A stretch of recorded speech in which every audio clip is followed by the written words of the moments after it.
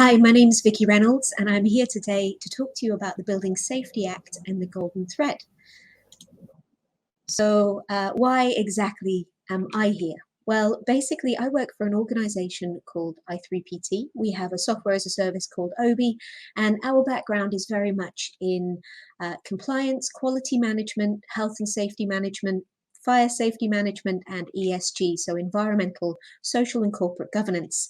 We work completely independently to help organizations to become safer, better, greener. We don't do any design or any construction. And so as soon as I heard about the Building Safety Act, I obviously was incredibly interested and have done my best to become as knowledgeable about the subject as I possibly can. And that includes being fortunate enough to work with the Department of Levelling Up Housing and Communities in the UK to help develop the Golden Thread definition and principles as part of the Building Regulations Advisory Committee for the Golden Thread. I am a UK BIM Alliance ambassador, have been for a few years now, and my background is in BIM and information management, and I'm a past global vice chair for Women in BIM, and I'm still very much engaged with the organisation as well. I'm part of the special interest group for digital for the CIOB, and I'm part of the Built Environment panel for the Institute of Engineering and Technology. So all those things together sort of add up to me having a very keen interest in the Building Safety Act and building safety in general, and the progression of information management within our industry, especially with the focus of improving quality, health and safety, compliance, and ESG. So that's a little bit about me. So following the Grenfell Tower fire, in which 72 people lost their lives in the UK, the government announced an independent review of building safety regulations and fire safety that was to be led by Dame Judith Hackett. Now, this report that she produced was published in May 2018, and it identified 4 key issues with the built environment in the UK. The first of which was ignorance. So people either didn't want to know or genuinely didn't know and understand the fire safety risks involved in the buildings that they were building or occupying. So this ignorance created a landscape of very, very dangerous indifference. If you don't know, you can't care about something. And there were even identified circumstances where people who were aware of risks decided to be indifferent as well. So because it didn't automatically fall within their remit, they made a conscious choice not to take control of a task or to take accountability.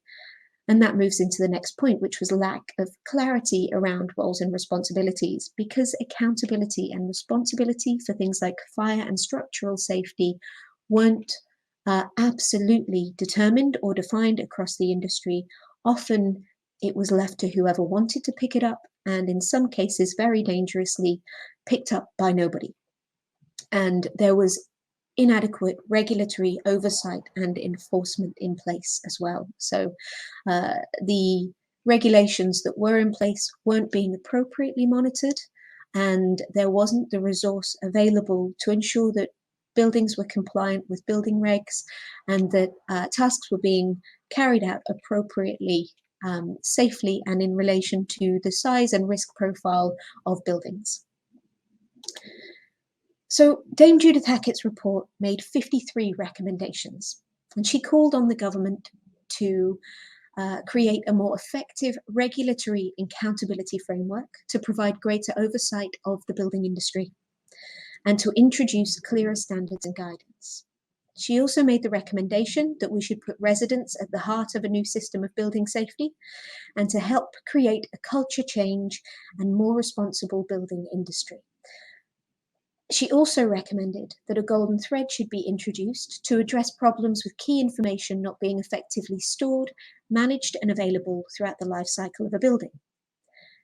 She recommended that a golden thread should better enable the right people to make the best possible decisions at the right times to design, construct, and operate buildings more safely and effectively. And the UK government committed to implementing these recommendations made in the Building a Safer Future report. And they plan to do this through the Building Safety Bill. Now, the bill has been developed over a number of years now with a lot of industry insight and a lot of care and attention. And absolutely thrilled to say that as of the 28th of April this year, it did gain royal assent in Parliament, which is the final step required for a parliamentary bill to become law. And it is no longer the Building Safety Bill, it is now the Building Safety Act. So the Act itself sets out to provide a clear, proportionate framework for the design, construction and management of safer, high-quality homes in the years to come. Then it puts a legal duty on duty holders and accountable persons to create, obtain, store and share information about their building. So digital golden thread of information. Now, the duty holders and accountable persons under the Act are named members of the project team. And during design and construction or the project delivery phase, that will be a named person within the principal designer, principal contractor, depending on the stage. And throughout operation, there will need to be a named accountable person who is responsible for fire and structural safety. And this is a huge difference from previous buildings, because this actually puts a named individual in charge with a very clear role and very clear accountabilities and deliverables.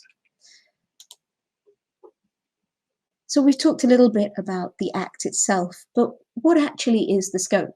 So the Act relates to what we determine to be higher risk buildings, and those are defined within the Act as buildings in England that are at least 18 metres in height or have at least 7 stories. Now, it's important to note it's whichever comes first. So if you have a 7-storey building which isn't 18 metres quite, then you will still be expected to comply and you will still fall under the scope of the Building Safety Act if you have at least 2 residential units. Now, 2 residential units means 2 dwellings in which a person will spend the night or spend time overnight. The scope is expected to be extended further in the future.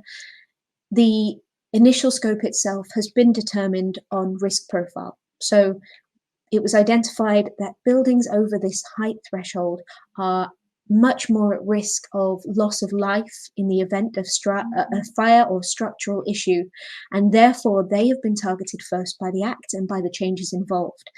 It's been accepted that these are really rather huge changes to the built environment, and therefore the scope was kept relatively limited to begin with, like I say, based on the risk profile. But there is every chance that that scope will be extended, whether that is to include additional height restrictions or whether it's to include different profiles of buildings. So building types that have been talked about and that may be included in the scope in the future are things like care homes, student accommodation, hospitals, and essentially anywhere where vulnerable people live or stay. So just because this scope today doesn't affect the buildings that you work on, doesn't necessarily mean that in 2 years, 5 years, 10 years, that it won't filter through into those types of projects. Now, one of the main additions of the Building Safety Act is the role of the Building Safety Regulator. And they are under the banner of the HSE at the moment in the UK, and they provide oversight for new system with powers of enforcement and sanctions. So basically, the regulator will be able to prosecute all offences in the Act and the Building Act 1984, and to issue compliance notices and stop notices during design and construction. So basically, if they think that there is a serious non-compliance that needs to be addressed at any stage during the design or construction process, they can require that work be stopped immediately. And failure to comply with this will be a criminal offence with a maximum penalty of up to 2 years in prison or a relatively substantial fine, or both. And this applies as well to the requirement to register a building and apply for and display a building assessment certificate at completion too. So if at any point the regulator is not satisfied with the way that you are managing building, fire or structural safety, then they can shut down your project. They can issue stop notices. And we're going to talk about the gateways next, which are hard stops within a project. But it's worth noting that they may not be the only times in a project that you are asked to cease if you are not complying with the legislation in a way that is deemed appropriate to the regulator. So these gateways. Basically, building safety has to be demonstrated at these gateway points all the way through the life cycle of a building. So Planning Gateway 1 was introduced in August last year, and it requires that developments involving high-rise residential buildings demonstrate that they've been designed with fire safety in mind before planning permission is granted. So this brings the need for a safety case to a much earlier point in the process than we might be used to from previous construction projects. Essentially, you're going to have to be able to evidence that you have considered fire and structural safety right at the earliest stages of conceptual design. Otherwise, you just won't be granted planning permission. And Gateway 2 is the step prior to construction work starting. So once the majority of your design has finished, or if it's a design and construct contract at the end of design, basically you will be expected to evidence the fact that you are following all of the requirements of the regulator. So you're following all of the requirements of the building regulations, you're maintaining a golden thread of information, and importantly, you're doing what you said you would at Planning Gateway 1. And if you're not, that any change you've made has been fully considered, you've got evidence to support why the change was made, and you understand all of the implications of that change on fire and structural safety. And then we move on to Gateway 3. So this is the equivalent to the final certification phase or the completion phase. And it's where building work has finished completely, and the regulator then assesses whether that work was carried out in accordance with the building regulations, and once again, in accordance with what you said you were going to design and build at Gateways 1 and 2. Now, change happens, that is appreciated, so a huge part of this is ensuring that you've documented the decision-making around that change as well. So every change, regardless as to whether it's to a work package that directly involves fire and structural safety, needs to be considered for fire and structural safety implications as and when it's made. Because if the regulator identifies that what has been built is not representative of what was designed, they will want to understand why, and to understand that you have made the right decisions with the best possible information that you have. And so it's important that all of that is evidenced. And if the regulator is not satisfied with that evidence, they can hold the project at that point, and therefore nobody can occupy your building. So you may have a completely constructed building that absolutely nobody can live in, work in, or use, which means it's not making you any money. So I've talked a little bit about the golden thread. What is it?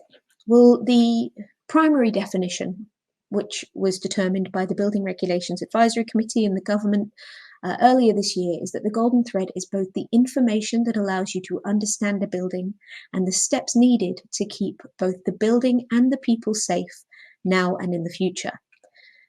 So there is a further extended definition on the government's website and a set of principles that support this golden thread definition, but ultimately they all group together to support this high-level definition, which clearly states that the golden thread is not just about information, it's about good process.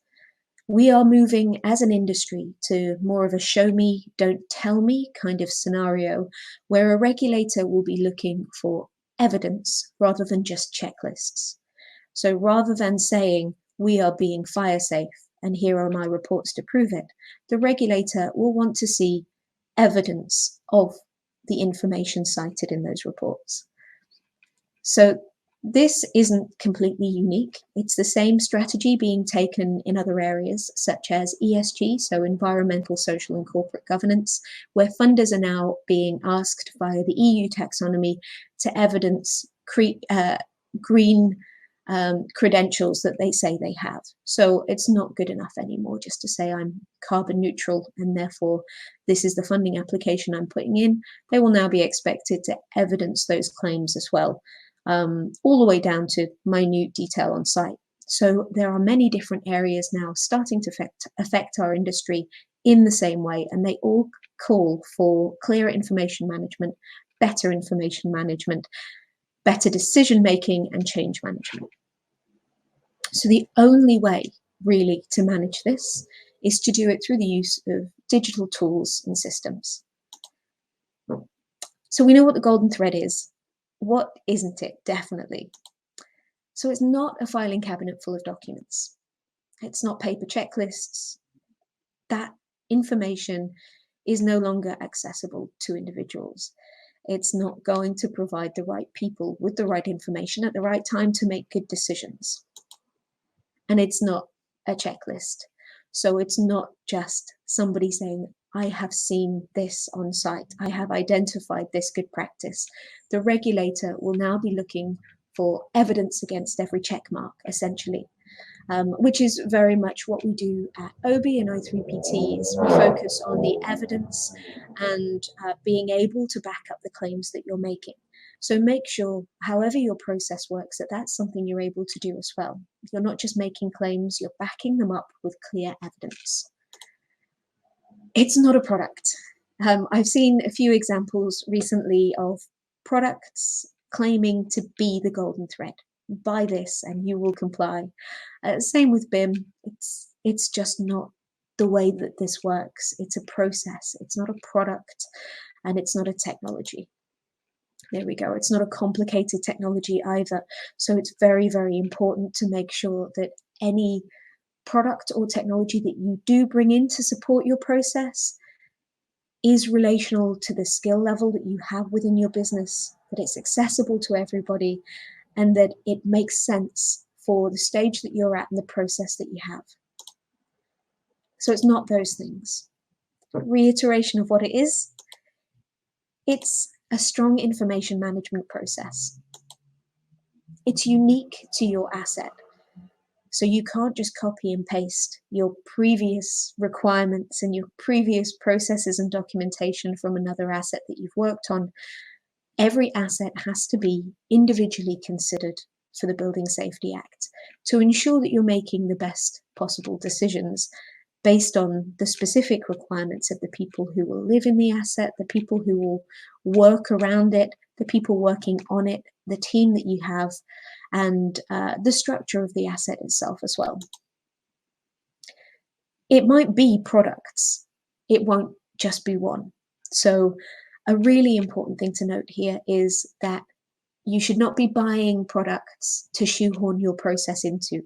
You must determine your best process for information management and then procure the products and the systems that support that appropriately. And any good vendor worth their salt will work with you to help you fill in the requirements that you have or to meet the needs that you have. But ultimately, if you do it the other way around, you're not fully working to your own specification. You're putting on sticking plasters and you're trying to make something work, which means it's not, at the end of the day, your own owned process.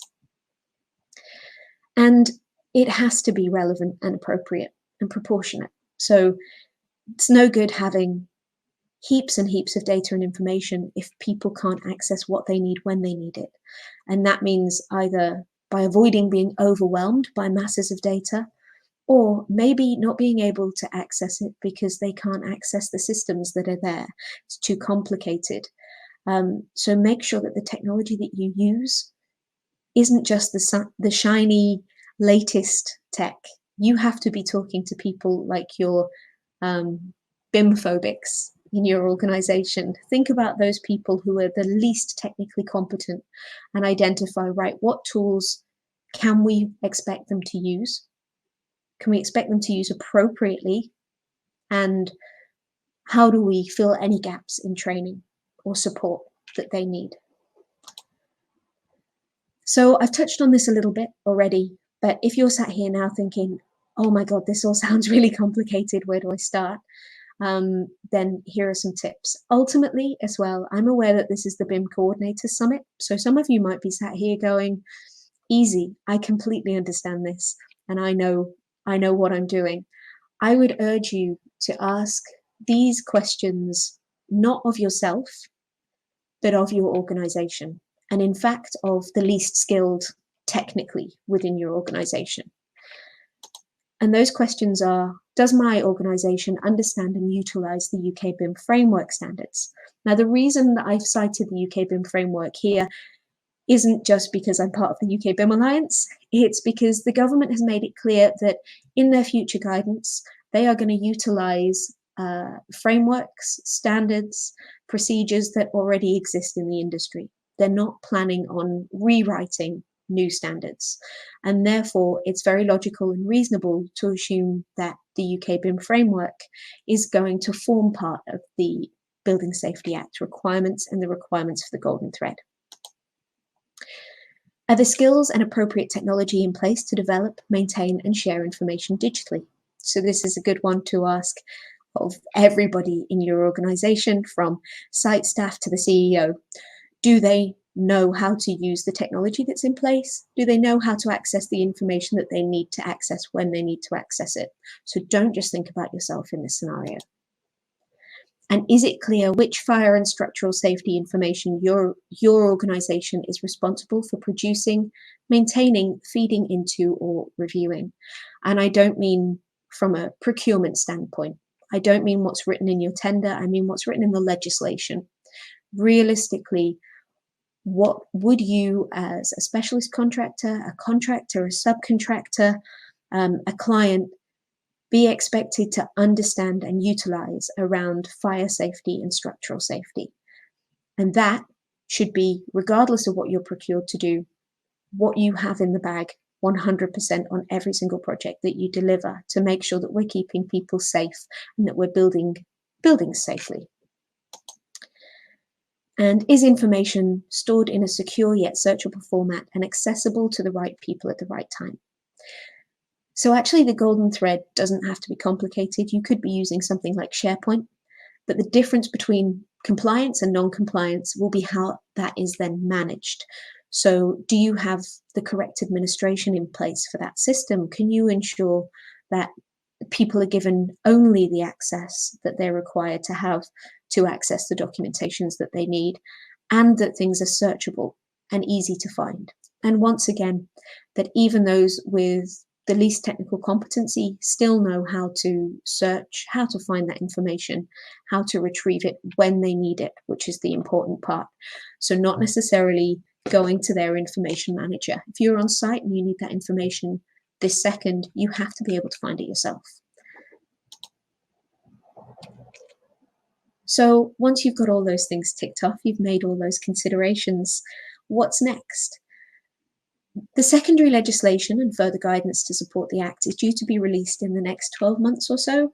There's already some really good stuff on the UK government's website. There are fact sheets and help sheets, and that's brilliant.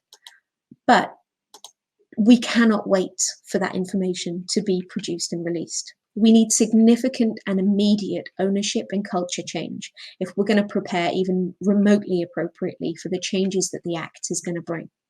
And I say this for two reasons. One is we need to save lives. This is a safety concern, and we have to make sure that buildings are built safely. So if we wait 12 months for the secondary legislation and the guidance notes, then every day that we wait, we're putting lives at risk. Secondly, this is already legislation, and you're going to be expected to have made common sense steps towards compliance, even if the secondary legislation and the guidance isn't there. And what that means really is considering the elements that we just talked about. Good information management. Do you have good processes in place and procedures? Does everybody understand what they need to do in terms of fire and structural safety? And that might not be down to the specific process that you use. It might be higher level, making sure that you've got file naming protocols in place that are reasonable and that are understood by everyone in your organization. It might be that there's regular training and awareness on fire and structural safety. All of these things we need to start putting in place right now, regardless of what the secondary legislation will say, because that will only support those good practice big rocks that you put in place now. If we wait and we hang on to the fact that the secondary legislation isn't there, you don't have any guidance, then you're going to be in for a real shell shock when all of a sudden it's released. You're going to not be prepared. You wouldn't have put down the foundation for better information management, which means that you're then going to have to scramble to do all of that and figure out how to comply to the specifics of the secondary legislation or the guidance. And so put those big rocks in place, start to prepare now, and your journey will be much easier moving forward.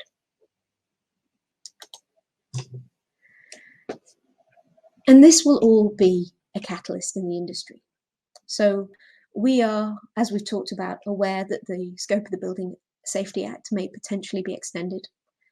And we have it on good authority from large developers and funders that they're not just going to make a change across one portfolio demographic or region. So if your client, if the developer you're working for has 10, 15 different projects and 8 of them fall under the scope of the Building Safety Act, it's more risk to deliver projects differently across the ones that aren't in scope than it is to just blanket follow the scope across all of the projects that they're managing or that they're working on.